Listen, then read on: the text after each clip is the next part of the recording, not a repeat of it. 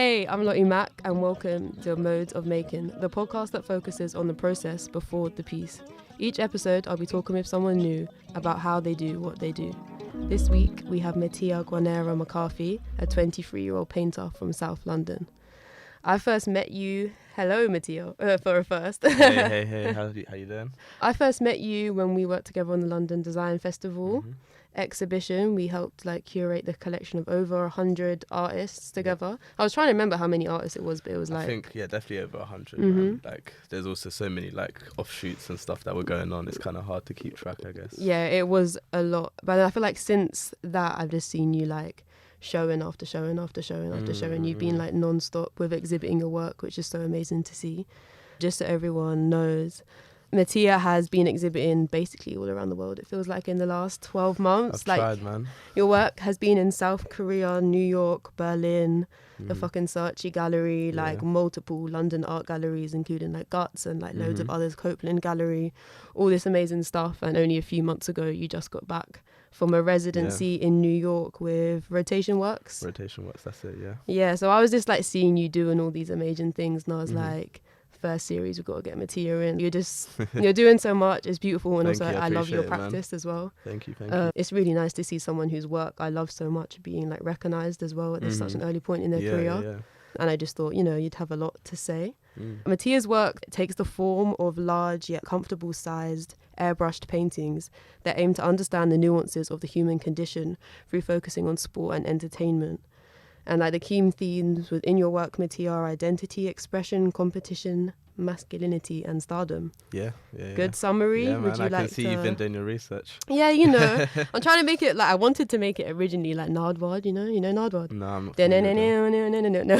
Nah, I don't know. I need to start referencing Nardwuar. No one knows about Nardwuar, okay. But yeah, welcome, Mattia. Amazing painter from South London. Thank you, man. Yeah, that's been an amazing introduction, man.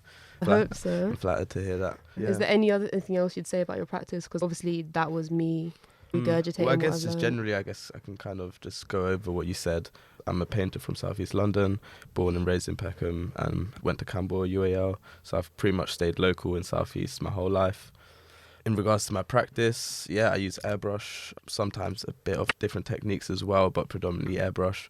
I kind of have two branches to my practice. One which focuses a lot on the human body and skin texture, also confining the body within the parameters of a canvas, so using the four corners of a canvas as kind of a base to then fit my paintings within. And then the other thing obviously is the sports, the entertainment, the contemporary imagery, which is just a lot of imagery that I think has kind of value to me, whether that be in its meaning or visual language, And that's Love me, that. That was a perfect explanation. I didn't really know about the detail that you go into the perimeters of the canvas. And now that's that with makes... the stretch stuff. Yeah, I think that's kind of how it started for me. It also a lot of it, I started off really interested in kind of the digital realm. So I think I'd also describe my work to be in a sort of limbo between digital and real. So I don't aim to make hyper-realistic paintings, nor do I try to make, sometimes people have been it reminds me of PES 06 video games and stuff, and I'm trying to do that neither, but I think that middle ground is kind of where we find ourselves today, in this kind of middle space. So I think that's what I try to capture. Well, I guess we grew up in a time where our whole youth was surrounded by that kind of shit, so it makes sense that even if it's not your intention, you're going to be influenced, or people are going to make connections between those two things. And I mean, if people are interested in finding more about that kind of whole movement and stuff, Ollie Ep coined the term post-digital, and I think that perfectly captures exactly what we're speaking about. So it's kind of the acknowledgement of the digital realm entering our lives, but it's also not about digital. It's not fucking, I don't know, art made on CGI art and stuff like that. It's just purely just the acknowledgement of the contemporary world, I guess. Exactly, the lives that we live. Something else that I really noticed about your work, but I mean it's probably definitely not the intention, but especially with the airbrush technique, it always kind of reminds me of I have really bad eyesight. From right now I can see you in it because you're close to me, but I've never seen you with glasses though. I don't wear them because I just feel like they make my eyes worse. That's why I don't wear them. But yeah, I feel like the airbrush technique kind of like reminds me of when I don't have my glasses on. I'm trying to look, I'm crossing the road and I see someone I recognize, and that blurry state. And like I really like that because it like resonates with the feeling of like seeing without seeing within my work. And I feel like when I was like looking into your practice, you were saying how like you touch on sport without talking about the sport. And I thought it was quite interesting because like, yeah, when I first looked like deep the airbrush technique and the essence of seeing without seeing, it kind of latched into that idea of like sport without sport and like meaning with like double meaning and shit like that and like hiddenness in it. And I really loved that. I also thought like the airbrush technique is really nice. Like for some reason it kind of like weirdly resonates with like my inner child. I don't know what it is. Like it's maybe like 90s, isn't it? It's like, I guess the way I use it isn't maybe in its traditional sense. And actually now I'm trying to kind of go back and look at the people that kind of created the tradition of airbrushing as a reference, because I kind of, when I started, I just looked at like my contemporary artists. There was like a guy on my course in the year above that airbrushed, and that was kind of why I got it. And then COVID happened and I was just like, had fuck all to do and just made it happen, you get me? But I think taught myself, exactly. And I think now, I'm trying to like kind of honor the tradition of airbrushing, and that's probably what you're more familiar with. You know, that kind of like airbrush t-shirt. That's literally what I was going to say, the t-shirts, but like it's an interesting juxtaposition because it's like resonates that this kind of, you know, nostalgic feeling in me, but then there's also some of the scenes that you depict are gruesome, like man getting his head stomped in with like a football boot or a football thing right in his face. And it's really interesting. I didn't know much about airbrush when I got it. Like at first it was purely like just I was inspired by it. I remember I did like a painting which had loads of gradient, and I didn't have the patience to. I used to paint with oils, and there's some really cool painters on my course. Shout out Alfie and Elsa Rui, and yeah, man, they were banging with the acrylic, getting the gradients, using the fan brush and all of that, and it just wasn't for me. I've self-diagnosed myself with ADHD, I guess, so I feel like the airbrush lends itself to that, because even sometimes, you know, I might spend 2-3 hours in the studio, but it seems like I've done a day's work because I can really bang it. It's very immediate and interactive as well, so it keeps me on my toes. That's so interesting, and that's such a comparison to my work, because I use painting because I see it, like any type of paint, like oils or acrylic or whatever, as an immediate thing, because obviously I make these like furniture sculpture type pieces that take weeks and weeks to make, and now I view painting as the thing that's immediate for me. Immediate in comparison. But now to what you found another immediacy in painting. The next like, step, man. Bro, I wonder how I'd feel when I did that. That would be like too good for me. So I kind of wanted to give people a bit of a gist of like your work and like them like a bit of imagery into that. And now I thought we'd kind of touch on your journey so far. So like, how did you get into painting or art to begin with? What was it like in childhood, like ways? So I mean, the classic, like in childhood, my mum was a contemporary dancer, and my dad dabbled with everything, man. He'd actually gone to Camberwell, which is the uni I went to. Oh, mad. I think they both just definitely like allowed me to engage in my creative side. I think I was mediocre at most other things. I mean, I was, you know, I'd get like B's and C's, you get me? I think that was a B's and C's. I think that's above mediocre, bro. I was getting C's and D's. So. Yeah, well, that maybe. I know you're gonna say what I was thinking, but yeah, no, because of that, I think I just always lent in that kind of way, and I've really like, I kind of always knew that I was gonna be. I knew that I was be at Camberwell, for instance. Like following your dad's footsteps and stuff. I don't think it was. I didn't see it. Like, he studied sculpture. Oh, okay, wow, but interesting. Because funny because I spoke to him today, and like he said, he'd probably listen to the podcast. And when I shout out dad, but I don't know. There was a part of me, because my dad, from the stories I hear, he was very good at everything he did. He met my mum through doing contemporary dance. He dabbled with music, and so I think he liked doing it for his own sake.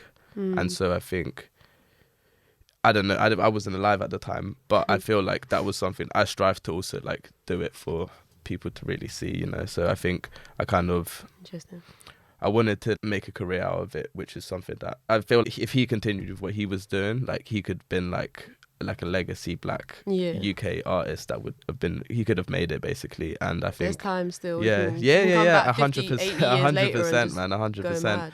But I think that's something that I kind of knew that in my genes I had it in me. My mum took her contemporary dance company and went across the world with it and stuff. Wow. So I think for me it was, how can I take what's in my DNA and like project it on a larger that's scale. beautiful. And blow That's it up, man. such a big blessing. That's really, really yeah. lucky No, to I have definitely that. I always count my blessings. I feel I'm very I love very that. blessed when it So comes I guess to do you my get art. to speak to your parents a lot about your work, or do they have any? My mum's like influence? always supported me like crazy. My dad like as well in his sort of own way, but definitely I think now actually weirdly enough we're getting closer as well. He's been coming to the studio like every couple of weeks and stuff, which I wouldn't even do with my mum all the time, but he's been coming like having a meal, just chatting.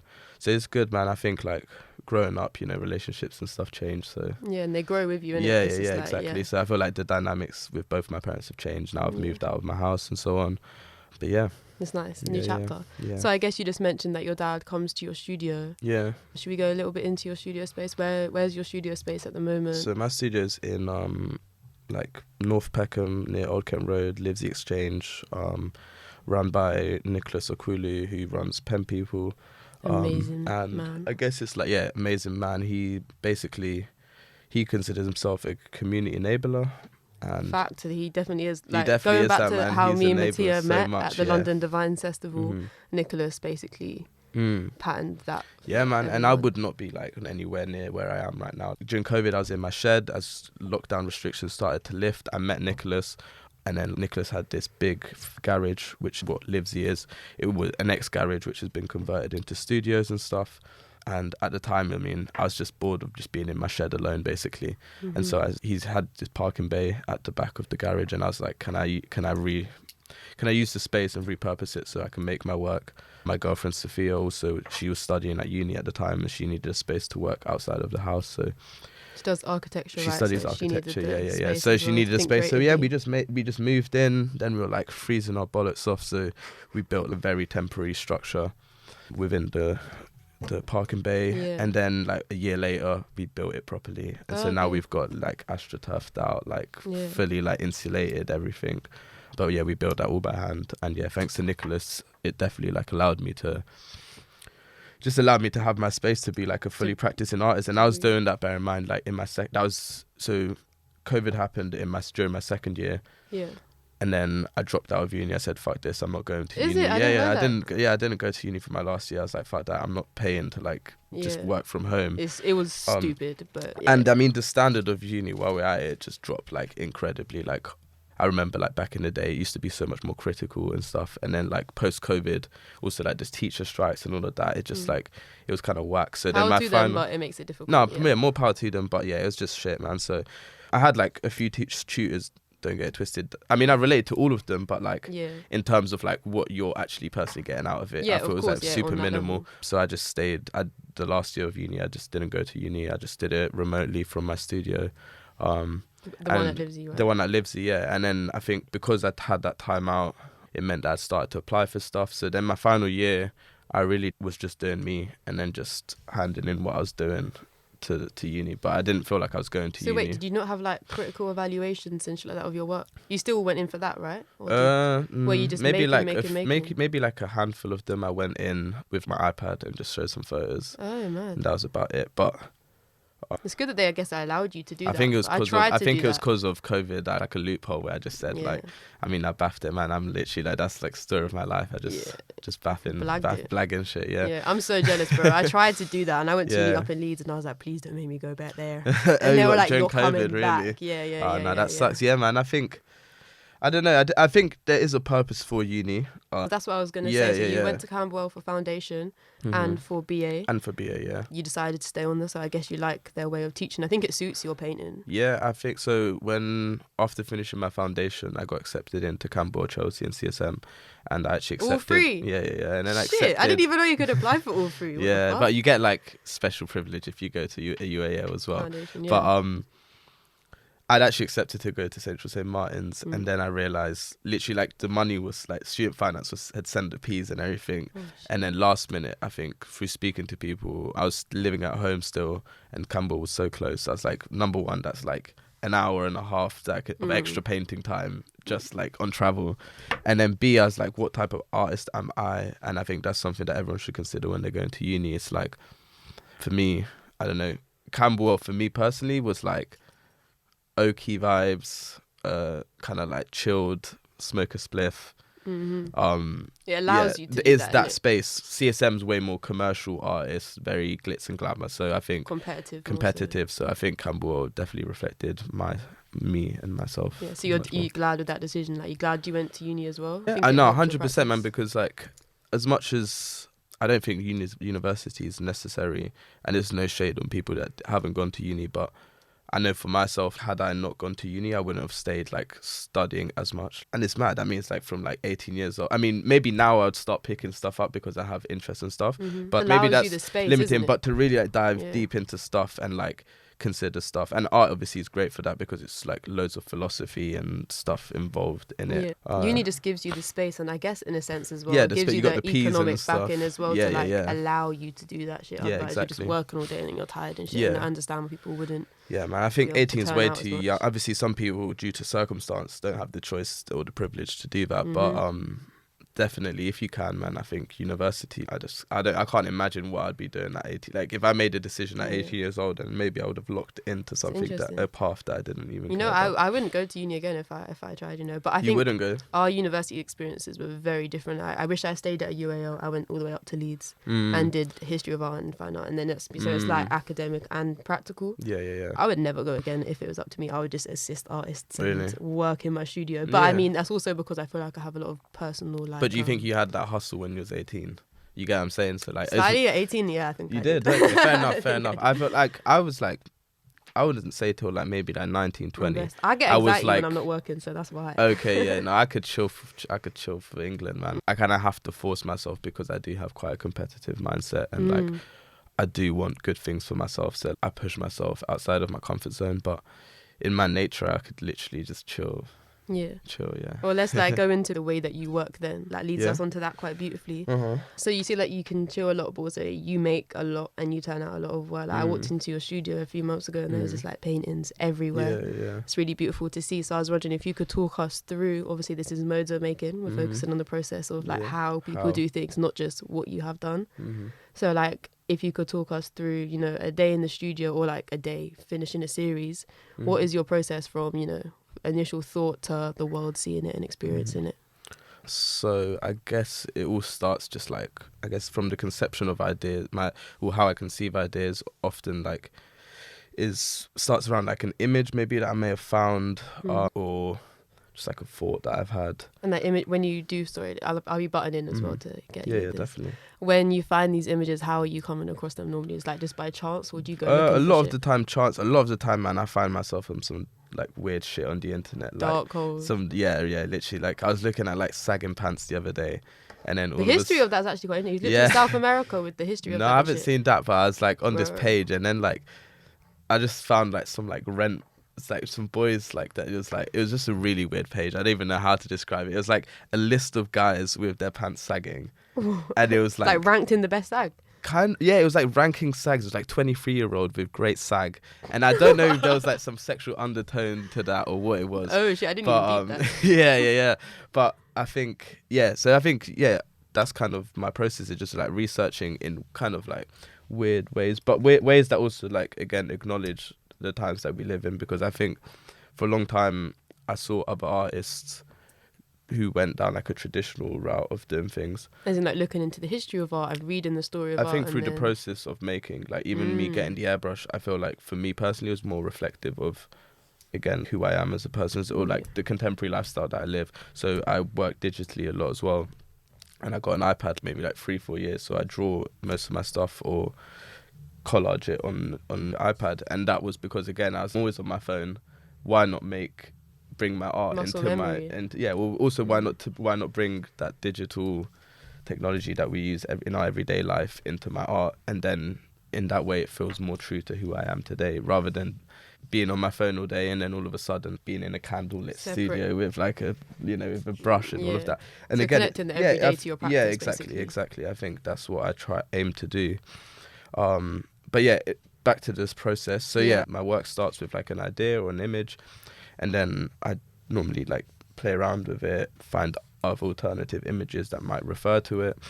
Often like researching ideas around like just researching words, researching That's what thoughts. I was going to ask. Is it like mostly like visual research, or but you look into like, you know, language and sometimes stuff a lot of like some of my paintings are led also by like the titles. So I think the titles of the paintings often reflect just like a thought that I've had surrounding it. A perfect example of that would be, for instance, seppuku, which is another word for harakiri, I think it's called, which is the Japanese tradition of suicide, for instance. And it's like with the sword and so on. Mm-hmm. But I did a painting of like a F1 driver spraying Prosecco on himself or champagne on himself. So so it's like connecting these dots between like words and image. And while we're on like talking about image, so like recently I found out that, I self-diagnosed myself with this, but I think I have aphantasia. Oh, I see. Which you probably saw my post about it. Yeah. It was a couple of weeks ago. Visualizing shit. So I don't actually, contrary to what people think of an artist, I don't actually see anything when my eyes are closed, basically. Or I see very little when my eyes are closed. I see more in terms of thought or ideas. When you close your eyes, do you see an apple? Yeah, what colour is the apple? I don't see a colour of the apple. I don't see an apple in the first place. Because of that, it's kind of informed my process of making. And I didn't even know I had aphantasia. I'd already been working using visual references before I knew I had this. So you think that you do a lot of like visual references and stuff because your brain isn't gonna, because it won't find. Like, I won't see it. Them, so you're finding all these different things and putting them together physically, not physically, but digitally, physically, whatever.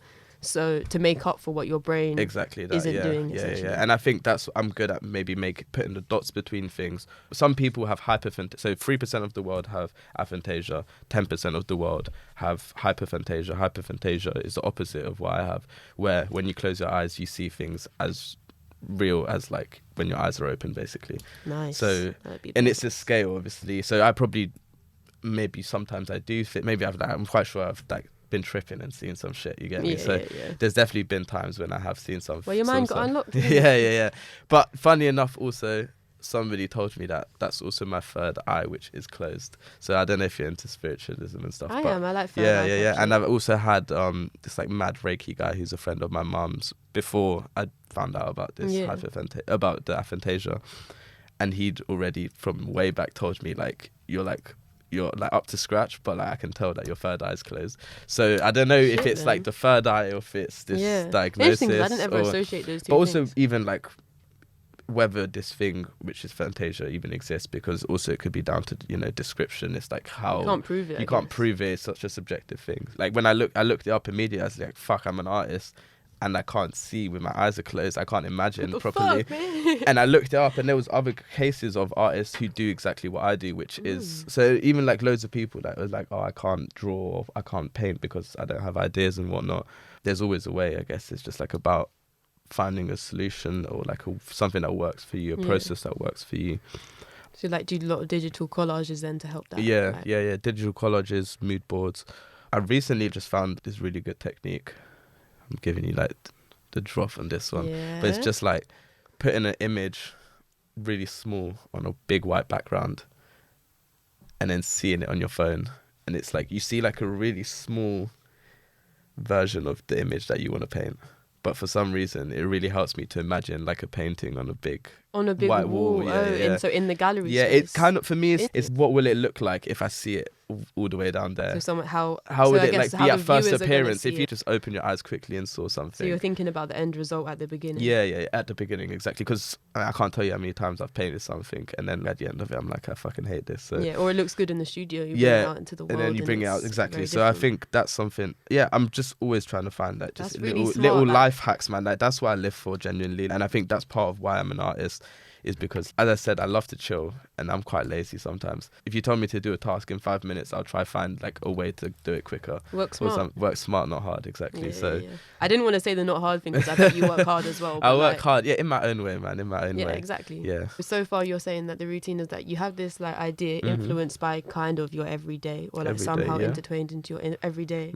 You then go into like some visual research to that and then kind of articulate that visual research into a mood board or collage. And then from that, does it go to the canvas? So I would say I could either just like, maybe sometimes I'd just find like a banging image or like a series of images that kind of capture what I want, and then I might print them out or just have them again on my iPad, and like through like looking at them, I'll just like project it straight onto the canvas. I could collage and draw on paper sometimes. I could digitally draw it. I could draw bits over it. So it's just, again, problem solving. It's like I might look at the image per piece. I might look at the image and I'm like, how do I get to where I want to go? I like that you described it as problem solving. Yeah, man. But painting's all problem solving, really. Or art in general, I think. It's like, you know, how many sculptors that make like something that looks like a big solid block of metal actually do that. You know, you like find ways to like make it superficially look like it's like that way, but it's not. I have to create or settle on an image that I'm going to paint. And then in terms of materializing it onto the canvas, generally airbrush, a lot of tape. So Is it colour layers when you do the airbrushing? Or can you work with multiple colours at once in airbrush? So you have to, the airbrush is a lot of like, you can only do one colour at a time. Okay. Does that limit your work, or does it because make it something else? No, I've got 2 guns for one, so if I needed to absolutely like switch between 2, but generally speaking, you know, you work on the black and then you work on the blue and then you do bit by bit, and then you can also always interchange. But it's a lot of cleaning, so like most of what I spend my time doing, weirdly enough, is not the painting but the cleaning of the airbrush, because then I spray it quickly, as you can imagine, and then I've got to clean it. Maybe there might be a clog. I might need to troubleshoot the machine, so like figure out what's wrong with it. It's a lot of cleaning with my process of making. And I guess that's also a part of my process, I think. Sounds kind of therapeutic. Yeah. I quite like cleaning my brushes in between. Cleaning my brushes, but cleaning my space as well. That's a massive part of my process. I mean, it's kind of my life. It's just like making a mess, tidying a mess, making a mess. Yeah, I feel that. Tidying a mess. And I think a lot of people can probably relate to that. But yeah, and then I guess you end up with the finished product from that, I guess, like through all this amalgamation of processes and stuff. I think just if I look back at the stuff I was doing even like even less than a year ago, even like my last painting, I did the residency like 2 months ago now, and like the painting I'm doing right now is like, for me, people might see it in the same language, but in my head it's like a completely different visual language. That's a quick change. So you switch between I've been like projects. I think I've been loading on this last evolution of mine, and people haven't seen it yet, but it's been something in the making. But I've kind of, again, with art, you kind of, it's bad for your brand or bad for your image, I think, sometimes to suddenly just go 0 to 100. Yeah. So I think I've been trying to kind of slowly, incrementally make the changes. Well, let's talk a little bit more about your idea of branding and approach to branding then. So you're calculated in the way that you're approaching how you're seen by the world, and thinking about that, is that something that you spend a lot of time on or thought on? I don't think so. I think my brand is me, man. I think that's something that, I don't know who taught me it, but I feel like I've been told that. It's just like class. I mean, it's quite classic, isn't it? You don't want to build a brand that's not reflective of yourself, because then you're stuck in not being yourself. That's an actor, I guess, maybe not an artist, if you get what I mean. Yeah. But still, things within the modern art scene, not everybody. It depends what you want to do with it, really, man. It's so personal to everybody. I think I have fun sometimes with my socials. Right now, I literally don't even have Instagram on my phone. I've been like that for like a month now. I just deleted it off my phone just to detox a little, but I've got it on my iPad still. So, but why did I mention that? Yeah, so I think the it planning fluctuates. Of like social media and how social media. It. I think I have this conversation with a lot of my friends who sometimes maybe even see part of like, you know, the relative success that I've had. They see it down to the social media, and I'd be lying if that wasn't the case. I think, you know, most opportunities that I've come by have been through social media, through people reaching out, either through social media or most likely that they've come across my work through social media. Yeah, heard about me through social media. And but that's purely, I'd say, because you have to engage with the contemporary world. Yeah, well, it's also, it's in the name, isn't it? It's media. Media, yeah. But that's, I mean, for me, I wouldn't know how else to do it. And I'm sure there's other channels to get out there and stuff. But I don't know. Again, I mean, most of us are on our phones a good portion of the day. So again, why not make it into something that works for you rather than against you? And that's even why I'm detoxing from my phone, because I realized I wasn't getting out of it what I wanted. I was somehow ending up on Instagram Reels when really I'd gone on there to reply to a message that was like a business thing. Don't like do none of that social media planning. You just like have a piece. No. I don't. Yeah, I'm terrible. I'm actually really bad with social media. Like people assume that like I've put a lot more effort into it than I do. You're good at curation. Do you know what I mean? So that's why it probably is a form weirdly of curation, and you're good at that, as I saw with like LDF and stuff like that. Yeah, man. I think I've definitely been fortunate with a lot of things as well, and I think for me, so I remember when my first post that I made this like 2 years ago during the end of COVID, that kind of started me on this like focusing on my social media a bit more, was this like pic that I tried to frame my canvas on, or lean my canvas on the wall to take a photo. Yeah. And Sophia, again my girlfriend, took a photo of me propping it up, and then that popped off quite well, and that got the attention of some football art platforms, because that was some art related to football.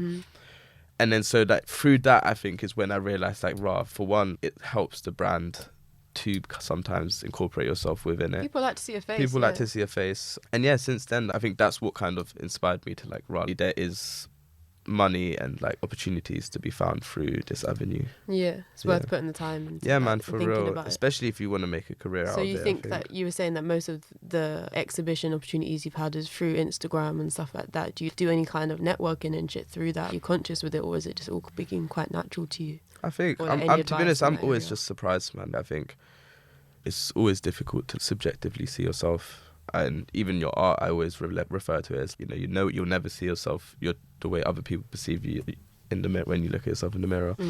And I've always felt the same way in relation to my art. So I'm maybe sometimes quite naive to how I'm perceived by others. Maybe that's just me. So like you say that the gallery and exhibition opportunities have kind of come to you. Then I guess my question is, when it comes to your involvement in that, how do you I guess some people will want you to put specific works in, but how do you decide what to put out there? Or is there a like calculated way that you like approach what you're showing? Or like I think it's all changing for me, because so last year I graduated, and I said, I mean, putting it bluntly, man, I said, this year I'm whoring myself out. You can get me. Like, everyone can have me, basically. Everyone can get a piece. Everyone can get a piece. That was the business plan of last year. And so you just like say yes to everything, is that what you mean? And I manifested it. So I had way more than I had on my plate, way more than what I could feasibly actually do, I think, and somehow made it through and made it work. Probably since graduating in September, I think I did like 7 or so shows, if not more, from September to December. And then, but that was, again, repurposing old works, making some works for themed shows, just doing what I had to do. That's nice that you weren't scared to show old work as well. Yeah, man. I mean, again, I had no choice. I just put myself in the deep end. But then this year, I think the approach is changing a lot. Okay. So this year I said to myself, I mean, it's not even good for your brand, really, or it's not even good for your art, for art's sake, to be churning out work the way I was. So now I'm trying to be a lot more deliberate and intentional with what I'm doing, just respecting my boundaries more. Mattia business plan. Yeah.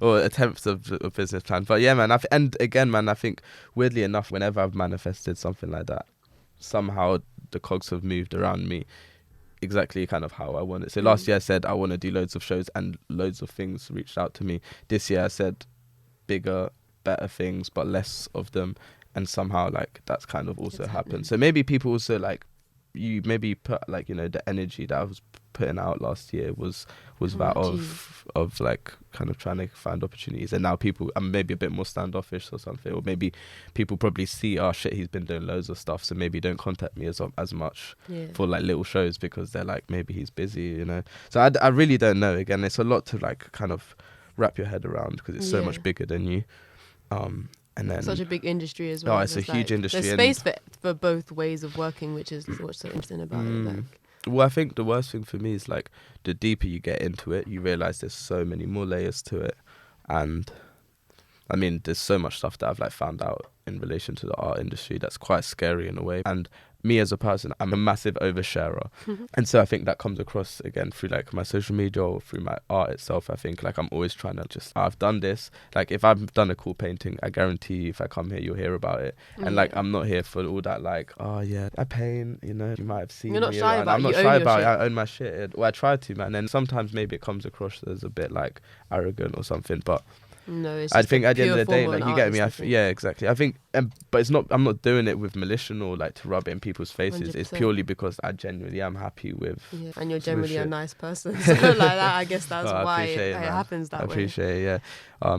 But then and then I think So funny enough, actually, I just thought about this. So a really good analogy for this was when I was doing my residency in New York, I met up with this girl who's an amazing artist. Her name's Ramco, and she was showing at IRL Gallery, which is a gallery I'd worked with last year in New York. And she'd come from Austria.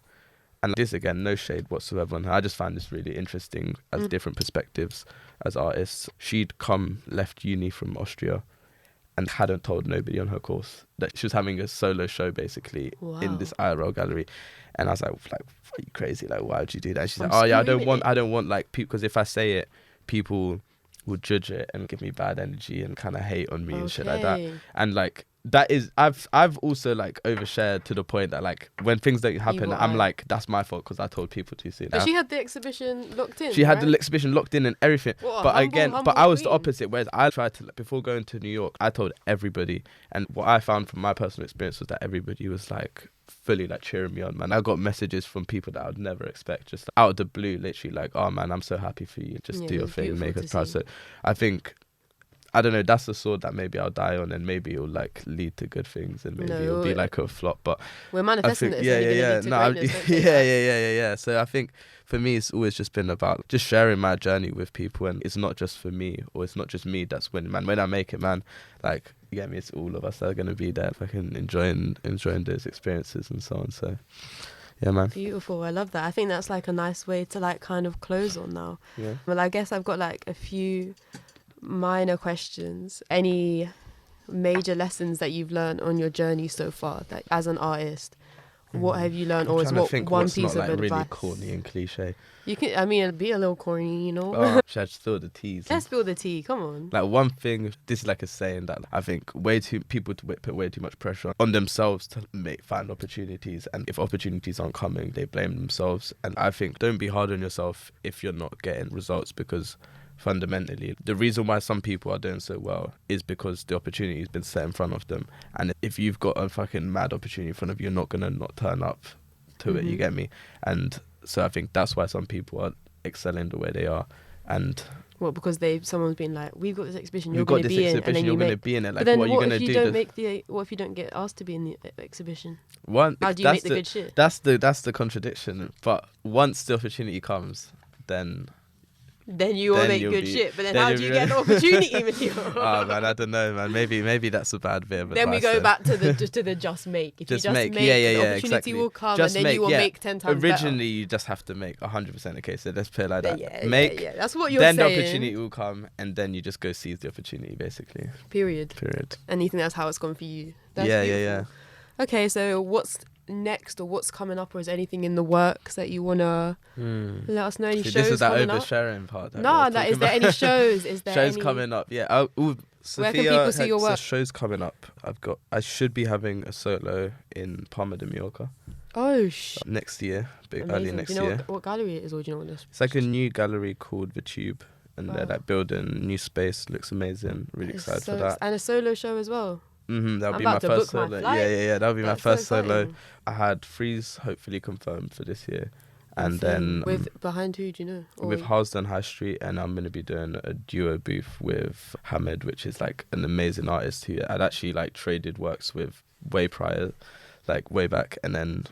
Weirdly, we've both worked with Harlesden, and now we've ended up with our own booth. And they put you together themselves? Yeah. And it's going to be collaborative, or like kind of collaborative, feeding off each other's work? Feeding off all of that, like literally just that like set. Even like we might holler you for a little set design. Please do. Because we want to kind of create like a space within the booth kind of thing, environment for the booth. And then yesterday I've contacted for Art Basel, but I don't know if that's going to happen. This is so much. I wasn't expecting. I'm like, what's coming up? You're like, and then you just say all of those amazing things. There's a few little things on like along that as well. I got shown in Oslo in October as well, maybe. And then I don't know, man. I think I said I'm going to do less, so I think I'm going to keep it at that probably for this, maybe for the time being. Keep it small, do you know what I mean? Yeah. That is amazing. I'm so happy for you. Yeah, man. Those are big things, and I'm really gassed. So, like, how can people find you? Like, how people... I guess on Instagram or on my website, Mattia Guarnera-MacCarthy. And yeah, just type We'll it in share on it the as well, internet. don't worry. Share it, Yeah, and yeah. you'll see me there, man. Okay, and then the final question that we ask everybody: what is one piece of research or inspiration, or whatever for So, listeners because to this go is like with? the question that I was kind of prepped for, and I was like thinking about this, and then I was like, I was trying to think of like research material and so on, and I had some ideas, but then I was like, fuck that. Like, what's the truest thing for me? And like, I think I'd recommend to like just really engage with the contemporary art scene surrounding you, because like those artists that may be across the world or like maybe next door, they could be wherever. I just went to New York and linked up with people thanks to the fact that I have been engaging with the contemporary art scene. And really those people that like other artists are your peers, it's your colleagues. If you worked in the office, it would be the guy in the booth next door. And unfortunately, we're not all in the same space. We're dispersed all over the world. But I think that's like been like my biggest inspiration, like the fact that like The people around you, the people around making right now. but people making exactly. I mean, even just follow people, man. Like just follow people. Like I've one of my favorite artists that me and my friends used to speak about out of the blue followed me not too long ago. Things like that. Just follow, message, show appreciation, and just engage with even if maybe you don't consider yourself to be at a level with certain people, then maybe also engage with people that are early career artists. I think definitely just try and find people to like embark on your journey with, because like people that like randomly I might have messaged 2 years ago, now we still talk and pop up to each other's stories and congratulate each other when we have shit going on. And it's just a great way to like feel stimulated and feel engaged in our practice, which can be very lonely a lot of the time. Yeah, so just spread the love. Basically. Spread the love, man, yeah. Oh, I love that. Thank you so much for coming on, Mattia. This has honestly been a guys. beautiful conversation, and I'm Likewise, so inspired, yeah. Thank you so much. Appreciate you guys. Thank you.